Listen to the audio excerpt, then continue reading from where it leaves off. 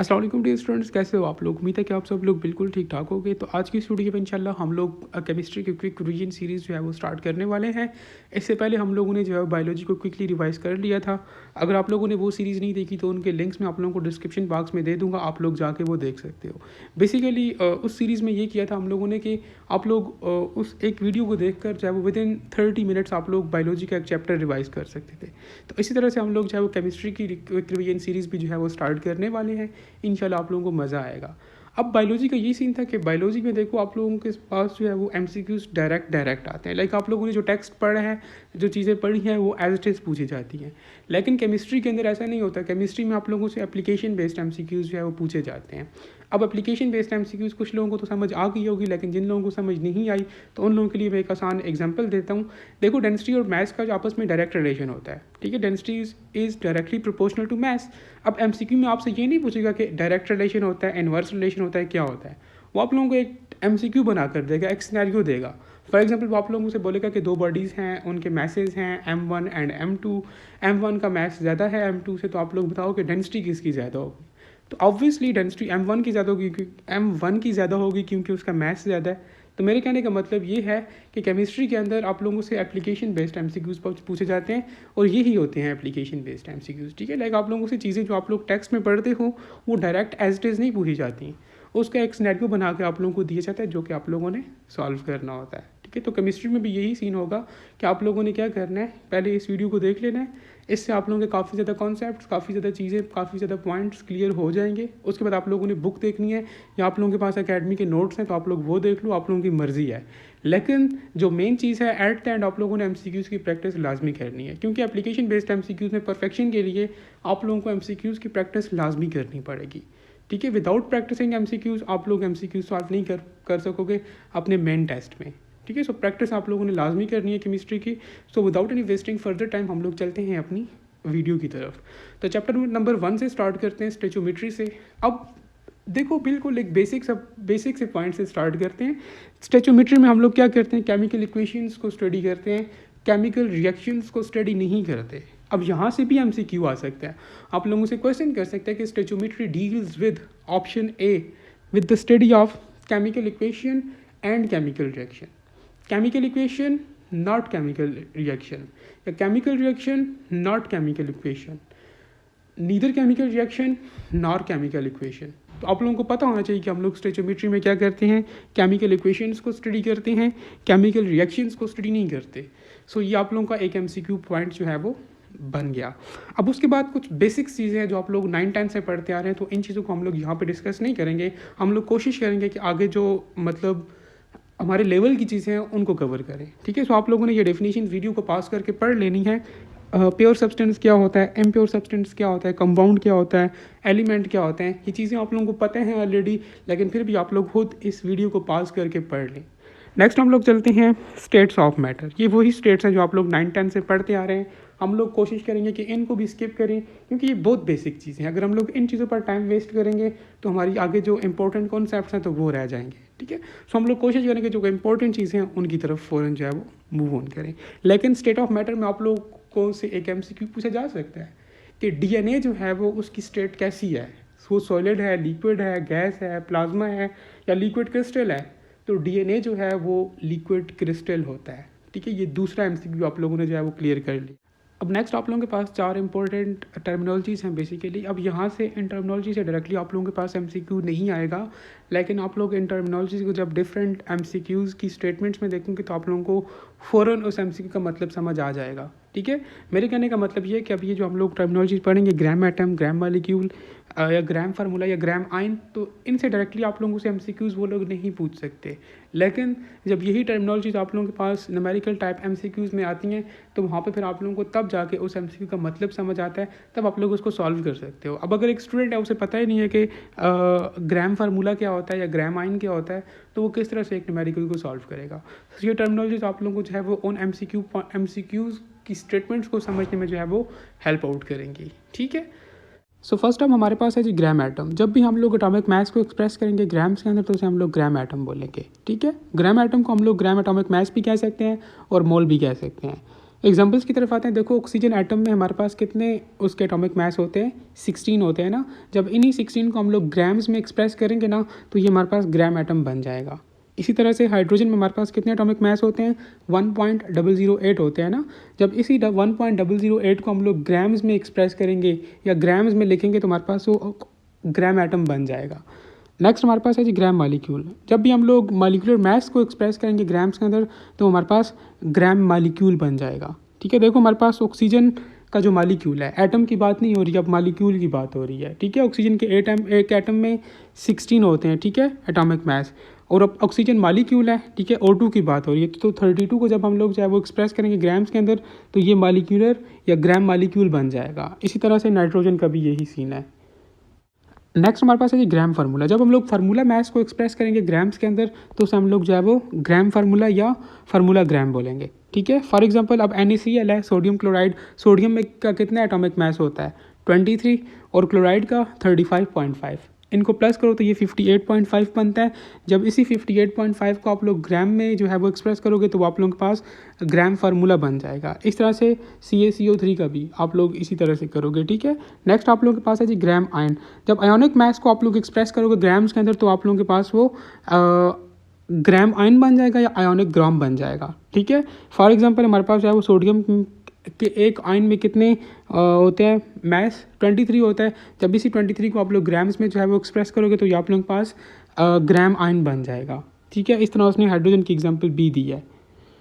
तो मैंने आप लोगों को पहले ही बताया कि ये जो 4 कॉन्सेप्ट्स या 4 डेफिनेशंस मैंने आप लोगों को बताई हैं, टर्मिनोलॉजीज़, यहाँ से डायरेक्ट आप लोगों के पास MCQ तो नहीं आएगा, लेकिन ये टर्मिनोलॉजीज़ आप लोगों के पास जो आप लोगों के न्यूमेरिकल टाइप MCQs होंगे तो उसमें यूज़ हो सकती हैं। तो आप लोगों को ये चीज़ें पता होनी चाहिए।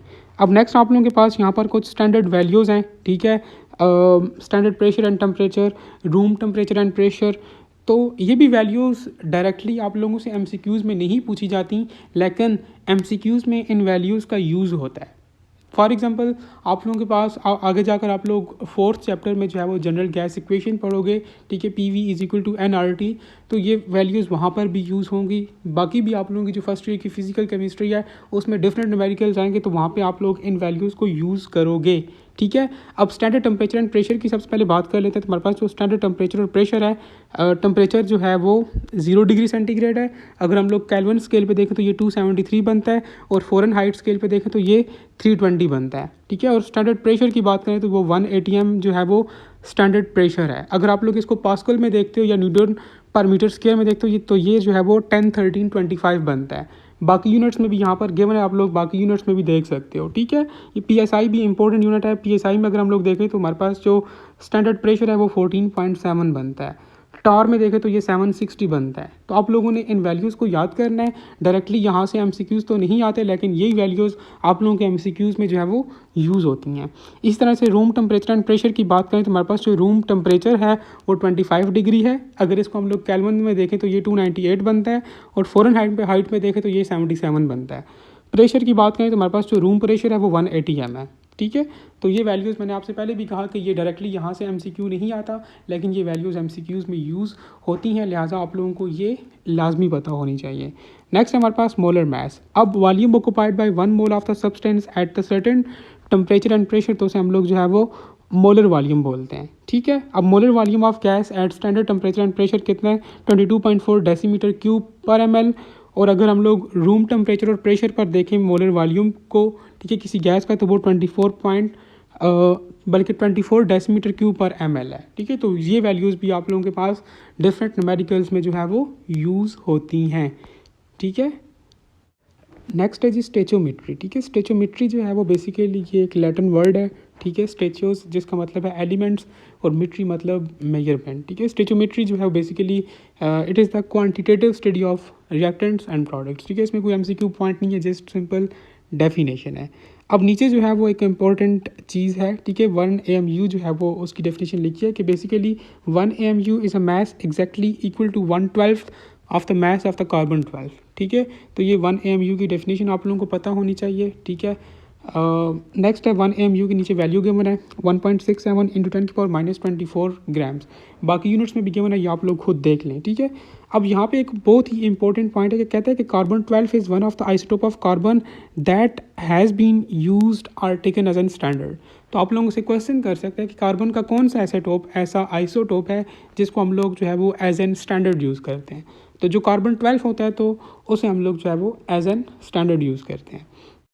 नेक्स्ट है मास ऑफ एटम, ठीक है। अब मास ऑफ एटम कैसे फाइंड करते हैं? देखो, अगर फॉर एग्जांपल एक एटम है जिसका मास 50 AMU है, ठीक है, तो उसका मोलर मास क्या होगा? तो वो भी 50 ही होगा, लेकिन हम लोग AMU की जगह जो है वो ग्राम्स लिख लेंगे, ठीक है। तो ये उसका जो है वो मास ऑफ एटम बन जाएगा।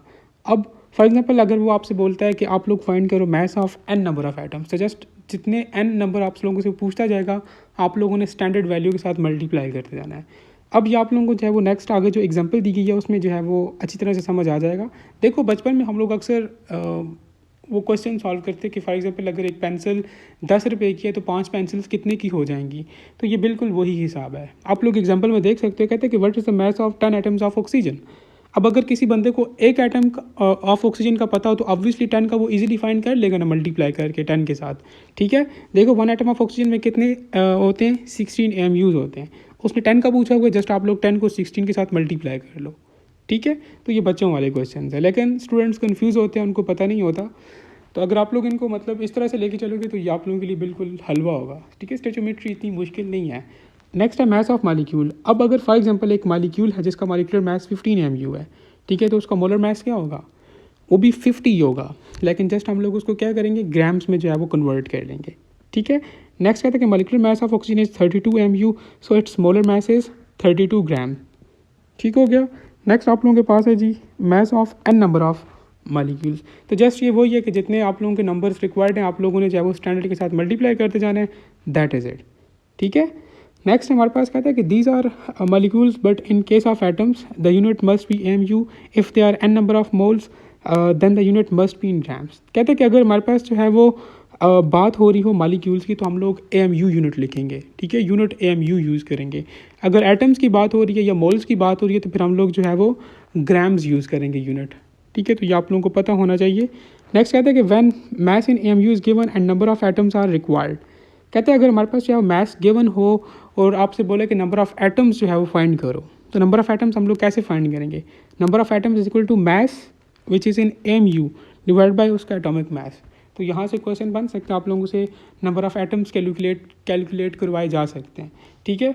अब मैंने आप लोगों को स्टार्टिंग में कहा था कि केमिस्ट्री में एप्लीकेशन बेस्ड MCQs होते हैं। अब यहाँ पे मैंने आप लोगों को फार्मूला तो बता दिया, ठीक है, लेकिन आप लोगों ने इस फार्मूले को एज इट इज़ बस पढ़ के छोड़ दिया और जब पेपर में आप लोगों के सामने क्वेश्चन आएगा तो आप लोग उसको सॉल्व नहीं कर पाओगे, कंफ्यूज हो जाओगे, ठीक है। लेकिन जब आप लोगों ने यहाँ पे एक फार्मूला सीख लिया है, आप लोग जब ये वीडियो के बाद अपने MCQs की प्रैक्टिस करोगे और आप लोगों के पास अगर इस तरह का कोई MCQ आ गया जिसमें उसने आपसे कहा कि आप लोग एटम्स फाइंड करो, नंबर ऑफ़ एटम्स फाइंड करो, तो आप लोगों ने कर लिया, आपकी प्रैक्टिस हो जाएगी और जब आप लोगों के मेन टेस्ट में यही MCQ आएगा तो आप लोग ईजिली जो है वो उसको सॉल्व कर सकोगे, ठीक है। लेकिन अगर आप लोग प्रैक्टिस नहीं करोगे, आप लोगों को फार्मूला पता भी होगा लेकिन उस वक्त चीज़ें मिक्सअप हो जाती हैं, ठीक है। So number of atoms find करने का अगर आप लोगों को बोले तो आप लोगों ने जस्ट क्या करना है कि मैथ्स को एटॉमिक मास के साथ डिवाइड कर लेना है, ठीक है। नेक्स्ट है फॉर एग्जांपल, अब यहाँ पे उसने एक एग्जांपल भी दिया तो आप लोग एग्जांपल को खुद देखोगे, ठीक है। वीडियो को पॉज करो और इस एग्जांपल को खुद देखो। नेक्स्ट है हमारे पास मोल एंड एवोगैड्रोस नंबर। अब atomic mass, molecular mass, formula mass और द आयोनिक मास, जब इन तीनों चीज़ों को हम लोग ग्राम्स में एक्सप्रेस करेंगे तो उसे हम लोग मोल बोलेंगे, ठीक है। 1 mole is unit which represent 6.023 into 10⁻23 particles, atoms, molecules, ions और फार्मूला यूनिट्स, तो उसे हम लोग जो है वो ये मोल है, ठीक है, बेसिकली। अब इर्रिस्पेक्टिव ऑफ नेचर, ये नेचर पे डिपेंड नहीं करता, ठीक है। अब ये जो नंबर है जो हम लोगों ने ऊपर बताया 6.023 इंटू 10⁻23, इसे एवोगैड्रोस नंबर बोलते हैं, ठीक है। तो जिसे हम लोग Na से डिनोट करते हैं, बाकी इसमें और कोई MCQ पॉइंट नहीं है, लेकिन आप लोगों को मोल एंड एवोगैड्रोस नंबर का पता हो। अब सिंपल आप लोगों से वो एवोगैड्रोस नंबर न्यूमेरिकल में नहीं MCQ में नहीं पूछेगा, लेकिन यही एवोगैड्रोस नंबर की वैल्यू आप लोगों के पास आगे डिफरेंट न्यूमेरिकल्स में यूज़ होगी, तो आप लोगों ने ये अपने जहन में लाजमी रखनी है, ठीक है। अब नेक्स्ट हम लोग देखते हैं कि मोल क्या होता है।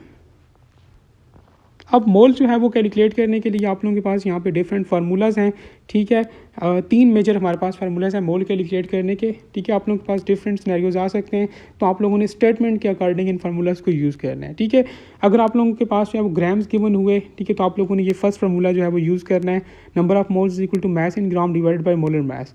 अगर तो आप लोगों को जो है वो वॉल्यूम गिवन हुआ लीटर्स में या डेसीमीटर क्यूब्स में, तो फिर आप ये सेकंड फार्मूला यूज़ करोगे, ठीक है। Number of moles equal to volume in litre और decimetre cube divided by molar volume, ठीक है। मोलर वॉल्यूम ऊपर हम लोगों ने बात किया था विच इज़ 22.4। अगर उसने स्टैंडर्ड की बात की, ठीक है, हम लोग देख लेते हैं ऊपर जाकर मोलर वॉल्यूम को। या आप लोग देख सकते हैं molar volume of gas at standard temperature and pressure. अगर तो एमसीक्यू में स्टैंडर्ड टेम्परेचर प्रेशर की बात हो रही हुई तो फिर आप लोग 22.4 को यूज़ करोगे, ठीक है।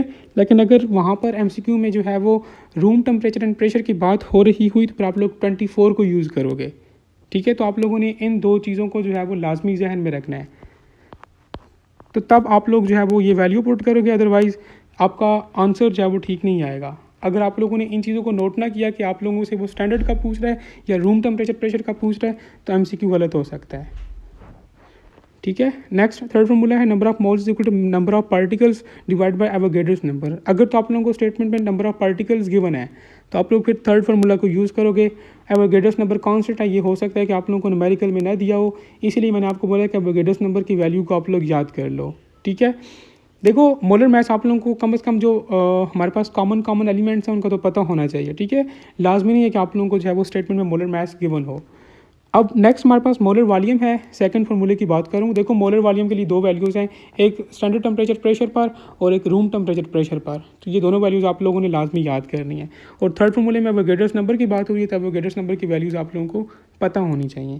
अगर आप लोगों से बोले कि नंबर ऑफ पार्टिकल्स फाइंड करो, तो आप लोगों ने क्या करना है, नंबर ऑफ मोल्स को जो है वो एवोगैड्रोस नंबर के साथ मल्टीप्लाई करना है, तो आप लोगों के पास जो है वो पार्टिकल्स आ जाएंगे। अगर आप लोगों से कहता है कि आप लोग नंबर ऑफ एटम्स फाइंड करो, तो आप लोगों ने क्या करना है, मोल्स को जो है वो एवोगैड्रोस नंबर के साथ मल्टीप्लाई करना है, और फिर जो आंसर आएगा तो उसको एटॉमिसिटी के साथ मल्टीप्लाई कर लेना है, ठीक है। तो आप लोगों के पास नंबर ऑफ एटम्स आ जाएंगे। ये जो लास्ट वाला फार्मूला है, number of atoms is equal two moles multiply Avogadro's number multiply atomicity. तो अब एटॉमिसिटी एक न्यू यहाँ पे टर्मिनोलॉजी है, तो इसको देख लेते हैं। Number of atoms present in given compound, तो उसे हम लोग एटॉमिसिटी कहते हैं, ठीक है। एग्जांपल यहाँ पे वाटर की दी गई है, ठीक है। देखो वाटर में हमारे पास 3 एटम्स हैं, ठीक है। सो इसकी एटॉमिसिटी क्या हो गई, 3। देखो 2 एटम्स हाइड्रोजन के हैं और एक ऑक्सीजन का है, ठीक है। हाइड्रोजन देखो 2 हैं H2 और एक ऑक्सीजन है, तो इसकी एटॉमिसिटी क्या हो गई, 3, ठीक है, क्योंकि इसमें 3 नंबर ऑफ एटम्स हैं, तो इसको कहते हैं एटॉमिसिटी। आगे ये जो हेडिंग्स हैं, molar volume at standard temperature pressure and molar volume at room temperature and pressure, तो ये हम लोग वैल्यूज़ ऊपर देख आए हैं, ठीक है। मोलर वॉल्यूम जो है वो स्टैंडर्ड टेम्परेचर प्रेशर पे जो है वो 22.4 डेसीमीटर क्यूब होता है, और जो मोलर वॉल्यूम है रूम टेम्परेचर एंड प्रेशर पर वो 24 डेसीमीटर क्यूब होता है। बाकी यूनिट्स में अगर आप लोगों ने वैल्यूज़ को देखना है तो वो यहाँ पे गिवन है, आप लोग देख लो, लेकिन आप लोग ये एटलीस्ट स्टैंडर्ड वैल्यूज़ भी याद कर लो ना, this is more than enough, ठीक है। मोस्टली जो MCQs होते हैं उनमें यही वैल्यूज़ यूज़ होती हैं, ठीक है। 22.4 और 24, ठीक है। नेक्स्ट है आप लोगों के पास how to find number of moles of bonds in 1 और more than 1 mole of compound, ठीक है। तो नंबर ऑफ बॉन्ड्स कैसे फाइंड करोगे, ठीक है, number of moles of bonds. तो देखो फर्स्ट ऑफ ऑल आप लोग क्या करोगे कि आप लोग जो है वो एक मॉलिक्यूल के अंदर कितने बॉन्ड्स हैं, ठीक है, कितने मोल्स ऑफ बॉन्ड्स हैं वो फाइंड करोगे। फिर जितने उसने पूछे हुए नंबर ऑफ मोल्स के लिए तो आप लोग जस्ट सिंपल उसके साथ मल्टीप्लाई कर लोगे, ठीक है। लेकिन इस तरह का अगर न्यूमेरिकल है तो आप लोगों ने सबसे पहले जो है वो जो भी डेटा गिवन होगा उसको नंबर ऑफ मोल्स में कन्वर्ट कर लेना है, या तो आप लोगों को directly number of moles given होंगे। इस तरह की सिचुएशन अगर आप लोगों को जो है वो दी गई, ठीक है। अगर आप नंबर ऑफ मोल्स नहीं भी गिवन तो आप लोगों ने first of all number of moles find कर लेने हैं, ठीक है। तो उसके बाद फिर आप लोग ये बाकी स्टेप्स करोगे। अब एग्जांपल देखें, कहते हैं determine the number of moles of bonds in 1 mole of glucose. देखो ग्लूकोज के जो एक मॉलिक्यूल है उसमें 24 बॉन्ड्स होते हैं, ठीक है। C6H12O6 में हमारे पास 24 बॉन्ड्स होते हैं, ठीक है। 12 हाइड्रोजन के होते हैं, 6 जो है वो कार्बन के होते हैं और 6 ही जो है वो ऑक्सीजन के होते हैं, ये टोटल 24 बन जाते हैं, ठीक है। सो हमारे पास 1 मॉलिक्यूल ऑफ ग्लूकोज जो है वो ये इसमें 24 बॉन्ड्स होते हैं। अब क्वेश्चन में भी उसने 1 का ही पूछा हुआ है, सो हम लोग 1 को जो है वो 24 के साथ मल्टीप्लाई कर लेंगे, ठीक है। तो ये आप लोगों के पास कितना बन जाएगा, 24 ही बनेगा, ठीक है। लेकिन अगर आप लोगों से वो 2 मोल्स ऑफ ग्लूकोज का पूछे तो आप लोगों ने 2 को 24 के साथ मल्टीप्लाई कर लेना है। अगर वो 10 मोल्स का पूछा है तो आप लोगों ने जो है वो 10 को 24 के साथ मल्टीप्लाई कर लेना है, ठीक है। तो इस तरह से होगा। Next, how to determine the number of moles of electrons. तो इसमें आप लोग क्या करोगे, पहले जो है वो first of all find the number of electrons in one molecule. आप लोग एक मालिक्यूल के नंबर ऑफ इलेक्ट्रॉन्स को फाइंड कर लोगे, फिर उसने जितने मालिक्यूल्स का पूछा हुआ तो उतने के साथ आप लोग इसको मल्टीप्लाई कर लोगे, ठीक है। अब एग्जांपल देखते हैं तो आप लोगों को मजीद ये क्लियर हो जाएगा। कहता है determine the number of electrons in 3 moles of water. अब वाटर के एक मोल में जो है वो 10 इलेक्ट्रॉन्स होते हैं, ठीक है। 8 इलेक्ट्रॉन्स ऑक्सीजन के और 2 इलेक्ट्रॉन्स हाइड्रोजन के, टोटल 10 हो गए। अब क्वेश्चन में उसने 3 मोल्स ऑफ वाटर का पूछा है, तो हम लोग क्या करेंगे, 3 को मल्टीप्लाई कर लेंगे 10 के पास, तो ये हमारे पास 30 बन जाएंगे। तो इस तरह से आप लोग इस तरह के न्यूमेरिकल्स को सॉल्व कर सकते हो। मैंने आपसे पहले भी कहा कि ये बहुत आसान न्यूमेरिकल्स हैं, आप लोगों को सिर्फ प्रैक्टिस की ज़रूरत है, ठीक है। इसकी एग्जांपल भी मैंने आप लोगों को दी। आप लोग बचपन में देखो क्वेश्चन सॉल्व करते कि अगर एक पेंसिल 5 रुपये की है तो 10 पेंसिल्स कितने की हो जाएंगी। तो ये बिल्कुल उसी तरह के क्वेश्चन है। अगर आप लोग इनको समझ कर सॉल्व करने की कोशिश करो तो आप लोगों के लिए बिल्कुल ये हलवा टाइप हो जाएंगे, ठीक है। नेक्स्ट हम लोग बात करते हैं जी परसेंटेज कंपोजिशन की। अब परसेंटेज कंपोजिशन क्या है, the amount of elements present in 100 parts bye mass of compound, तो उसे हम लोग परसेंटेज कंपोजिशन कहते हैं। डेफिनेशन से MCQ नहीं आता। मैंने आपसे पहले कहा कि एप्लीकेशन बेस्ड MCQs आते हैं केमिस्ट्री में, तो आप लोगों ने एप्लीकेशन बेस्ड जो चीज़ें हैं उन पर फोकस करना है। तो परसेंटेज कंपोजिशन फाइंड करने के लिए 2 फार्मूलाज हैं। Number 1, percentage composition is equal to weight of element divided by weight of sample multiply molar mass of element divided by molar mass of compound multiply 100। या फिर दूसरा फार्मूला हमारे पास है जी, percentage composition is equal to mass of product divided by mass of mixture multiply atomic mass of the element divided by molar mass of compound multiply 100, ठीक है। ये 2 फार्मूलाज हैं, आप लोग इनको यूज़ करते हुए जो है वो परसेंटेज कंपोजिशन फाइंड कर सकते हैं। या फिर आसान तरीका आप लोगों को बताऊं, जिस तरह से आप लोग अपने मार्क्स की परसेंटेज निकालते हो ना, तो आप लोग वो तरीका यूज़ करो, वो ज़्यादा ईजी है, ठीक है। आप लोगों को वो समझ भी आया होगा। नीचे एक एग्जांपल भी गिवन है, determine percentage composition of 2.5 gram of magnesium metal in 20 gram of magnesium oxide, ठीक है। तो ये नीचे सॉल्व किया गया, आप लोग इसको देख सकते हैं। यही फार्मूलाज उन लोगों ने यूज़ किया है, तो आप लोग इसको खुद देख लो, ठीक है। इन चीज़ों पे हम लोग टाइम वेस्ट नहीं करेंगे क्योंकि प्रैक्टिस आप लोगों ने खुद करनी है। नेक्स्ट है हमारे पास limiting reagent and excess reagent, ठीक है। लिमिटिंग रिएजेंट ऐसा रिएजेंट या ऐसा रिएक्टेंट होता है जो कि इंटायरली जो है वो कंज्यूम्ड हो जाता है रिएक्शन में, ठीक है। बचता नहीं है, मतलब सारे का सारा ही कंज्यूम हो जाता है और वो रिएक्शन को जो है वो लिमिट कर लेता है, ठीक है। कहते हैं it controls the rate of reaction. अब ये MCQ आप लोगों से आ सकता है कि which reagent controls the rate of reaction. तो लिमिटिंग रिएजेंट हमारे पास जो है वो रिएक्शन को जो है वो लिमिट में रखता है, कंट्रोल करता है, ठीक है। अब ये जो नेक्स्ट पॉइंट है ये बहुत ही इंपॉर्टेंट है, ठीक है। दोनों कहता है कि in the balanced chemical equation there is no limiting reagent और एक्सेस रिएजेंट। ये आप लोगों को एक उसने इक्वेशन दी है, ठीक है, अमोनिया की प्रिपरेशन की, ठीक है। N2+3H2 gives us 2NH3। अब ये एक बैलेंस्ड इक्वेशन है और बैलेंस्ड इक्वेशन में किसी भी किस्म का लिमिटिंग या एक्सेस रिएजेंट नहीं होता, ठीक है। समटाइम्स आप लोगों को कंफ्यूज करने के लिए MCQ में जो है वो एक बैलेंस्ड केमिकल इक्वेशन दे दी जाती है और आप लोगों से कहा जाता है कि आप लोगों इसमें जो है वो लिमिटिंग या एक्सेस रिएजेंट को फाइंड करो, और स्टूडेंट वहाँ पर बैठ के लंबी चौड़ी जो है वो कैलकुलेशंस कर रहे होते हैं और उनसे वो सॉल्व ही नहीं हो रहा होता। अगर सॉल्व हो भी जाए तो उनसे आंसर नहीं निकलता क्योंकि उनको पता ही नहीं होता कि जो है वो किसी भी बैलेंस्ड केमिकल इक्वेशन में लिमिटिंग या एक्सेस रिएजेंट नहीं होता, ठीक है। सो आप लोगों ने ये चीज़ हमेशा देखनी है MCQ को सॉल्व करते वक्त। अगर आप लोगों से वो बोले कि आप लोग जो है वो लिमिटिंग या एक्सेस रिएजेंट का बताओ, तो आप लोगों ने फर्स्ट ऑफ ऑल इक्वेशन को देखना है कि वो बैलेंस्ड है या नहीं।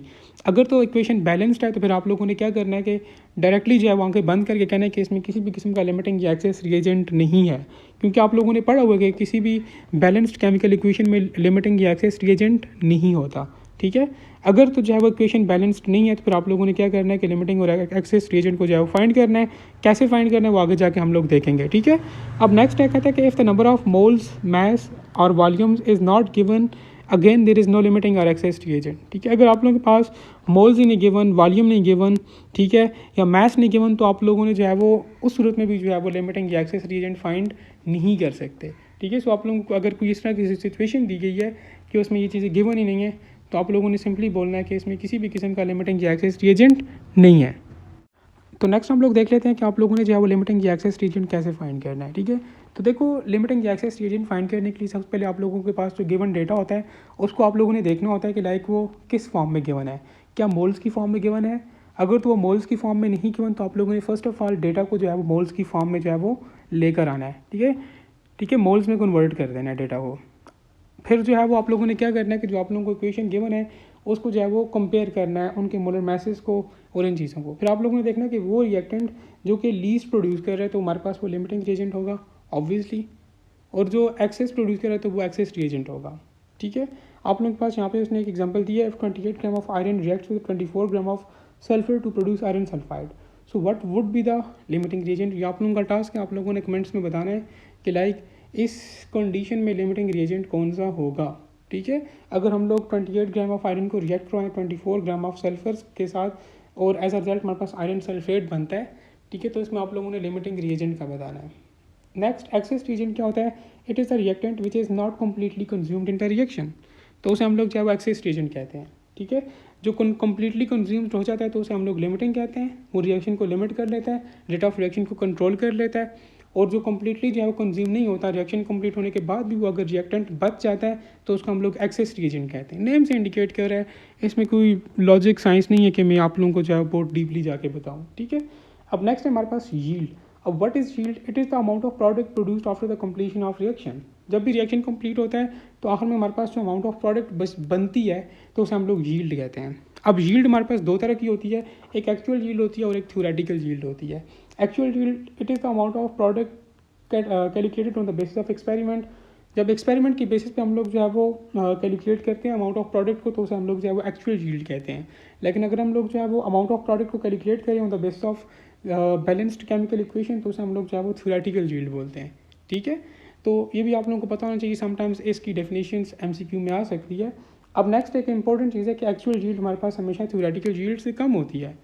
आपसे ये भी पूछ सकते हैं कि एक्चुअल यील्ड कम होती है, थ्योरेटिकल यील्ड कम होती है, या फिर आप लोगों से जो है वो रीज़न पूछ सकता है कि why actual yield is less than theoretical yield. The reasons are side reaction हो सकते हैं, रिवर्सिबिलिटी ऑफ रिएक्शन हो सकती है, किसी भी किस्म का मैकेनिकल लॉस हो सकता है प्रोडक्ट्स का। तो ये रीजंस आप लोगों ने बुक्स में पढ़ी हैं तो ये आप लोगों को पता होने चाहिए। यहाँ से 1-2 MCQs आने के चांसेस होते हैं। ठीक है, अब यहाँ पे 2-3 और इंपॉर्टेंट पॉइंट्स वो भी आप लोग देख लो। देखो, हम लोगों ने ऊपर बात की कि नॉर्मली हमारे पास एक्चुअल यील्ड जो है वो थ्योरेटिकल यील्ड से कम होता है। ठीक है, लेकिन देखो कोई तो कंडीशन ऐसी होती होगी कि लाइक एक्चुअल यील्ड और थ्योरेटिकल यील्ड जो है वो इक्वल हो जाएं। ठीक है, तो जब भी हमारे पास एक्चुअल यील्ड और थ्योरेटिकल यील्ड आपस में इक्वल होंगे तो हमारे पास जो परसेंटेज यील्ड होगी ना वो 100% होगी। तो ये भी आप लोगों के पास MCQ पॉइंट है, यहाँ से MCQ आ सकता है। नेक्स्ट है, कहते हैं कि अगर परसेंटेज यील्ड जो है वो 90% से अबव हो तो उस रिएक्शन को हम लोग एक्सीलेंट रिएक्शन कंसिडर करेंगे। ठीक है, तो ये भी इंपॉर्टेंट MCQ पॉइंट है। नेक्स्ट आप लोगों से पूछ सकते हैं कि एफिशिएंसी ऑफ रिएक्शन जो है वो को शो करने के लिए हम लोग क्या यूज़ करते हैं। ठीक है, तो परसेंटेज यील्ड जो है वो एफिशिएंसी ऑफ रिएक्शन को शो करती है। Last but not the least, percentage of yield का फार्मूला गिवन है which is equal to actual yield divided by theoretical yield multiply 100। ठीक है, तो ये फार्मूला आप लोग यील्ड को यूज़ करके आप लोग परसेंटेज यील्ड फाइंड कर सकते हो। सो ये था आप लोगों के पास चैप्टर नंबर 1 स्टोइचियोमेट्री। उम्मीद है कि आप लोगों ने काफ़ी कुछ सीखा होगा। हम लोगों ने कोशिश की कि जो भी पॉइंट्स थे, जो भी चीज़ें थी इंपॉर्टेंट तो आप लोगों को बता दी। ठीक है, मोस्टली इस चैप्टर में से आप लोगों के पास फिर बता दूँ कि इंपॉर्टेंट क्या है, ये वैल्यूज़ इंपॉर्टेंट है, ये आपको पता होनी चाहिए। इसके अलावा जो है वो आप लोगों के पास क्या इंपॉर्टेंट है, ये मोल्स वाले कॉन्सेप्ट, ये जो 4-5 फार्मूलाज यहाँ पे गिवन है ये इंपॉर्टेंट है, यहाँ से MCQs आते हैं। या फिर आप लोगों के पास लिमिटिंग या एक्सेस रिएजेंट से क्वेश्चन आ सकते हैं, वो इंपॉर्टेंट है। या ये दो जो चीज़ें हैं, ठीक है, ये भी इंपॉर्टेंट है। बस ये 3-4 चीज़ें हैं जो इस चैप्टर से इंपॉर्टेंट है। मोस्टली इस चैप्टर से एप्लीकेशन बेस्ड MCQs आते हैं, बहुत कम जो है वो रटे वाले MCQs आते हैं। और अगर रटे वाले MCQs आएँ भी तो ये लिमिटिंग एक्सेस रिएजेंट की कुछ जो चीज़ें बताई हैं आप लोगों को, इनकी डेफिनेशन और लास्ट में ये 3-4 पॉइंट्स, तो ये इंपॉर्टेंट है। ठीक है, और बाकी आप लोग कोशिश करो कि MCQs की प्रैक्टिस करो, जो चीज़ें आप लोगों ने यहाँ पे सीखी हैं उन पर आप लोग जो है वो प्रैक्टिस करोगे तो कमांड हासिल होगी। अदरवाइज़ आप लोगों ने ये चीज़ें अगर सीख भी ली हैं तो आप लोग उसके बावजूद भी मेन टेस्ट में उनको सॉल्व नहीं कर सकते, जो मर्ज़ी कर लो। ठीक है, प्रैक्टिस करोगे तो आप लोग इसलिए चीज़ों को सॉल्व कर सकोगे मेन टेस्ट में, अदरवाइज़ बहुत मुश्किल है। ठीक है, सो बेस्ट ऑफ लक।